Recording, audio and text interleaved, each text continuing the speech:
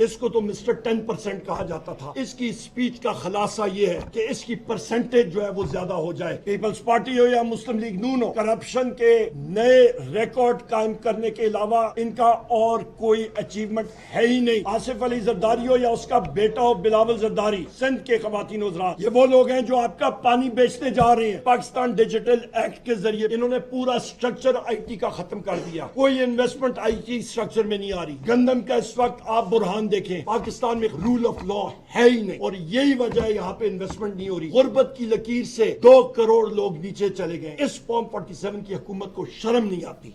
कायरा साहब, और PTI ने बता दिया कि उन्होंने एहतजाज क्यों किया, सदर जरदारी साहब की बात को क्यों नहीं सुना। Your response sir. जी, गुजारिश ये है कि ये हमारी बदकिस्मती है कि पाकिस्तान में तसलसल से कई दहाइयों से हम इखलाकी इन्हितात, जहाँ सियासी मुआशी बाकी इन्हितात का शिकार है, इखलाकी इन्हितात का भी शिकार है। पार्लिमानी प्रैक्टिस हमारे यहाँ कोई अच्छी रही नहीं, और हमने आइन की हुक्मरानी तो उस तरह करने नहीं दी आइन को, या आइन चलने नहीं दिया, जिसके नतीजे में हमारे यहाँ पॉलिटिकल रवैये भी नहीं पनपे प्रॉपरली।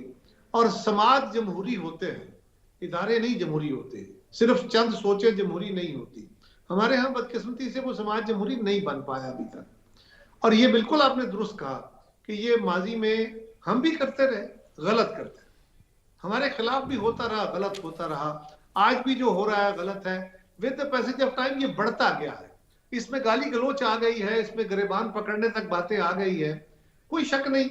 हम अपने, और ये हमारे रीजन के अंदर जो बाकी ममालिक है वहां पे भी आपको इवन जापान जैसे मुल्क के अंदर भी ये मिजाज नजर आ जाता है।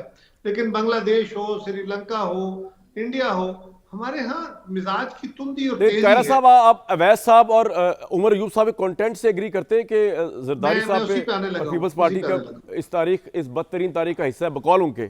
जी मैं सर इस पे आने लगा हूँ सर। तो मेरी गुजारिश ये है कि ये हमारी बदकिस्मत तारीख है, अल्लाह करे हम इससे जान छुड़ा पाए। लेकिन अब मसला ये होता है कि हर कोई अपनी क़यादत के आगे अपने आप को जरा बड़ा बना के साबित करने की कोशिश करता है। और ये भी एक मसला है कि हमारी जमातों के अंदर ये प्रॉब्लम होता है। अगर कोई बंदा जमाती पॉलिसी से हटके अपने तौर पे किसी बात को बुरा समझता है और उसके ऊपर राय देता है, तो जमात की अक्सरियत उसको कंडेम करती है।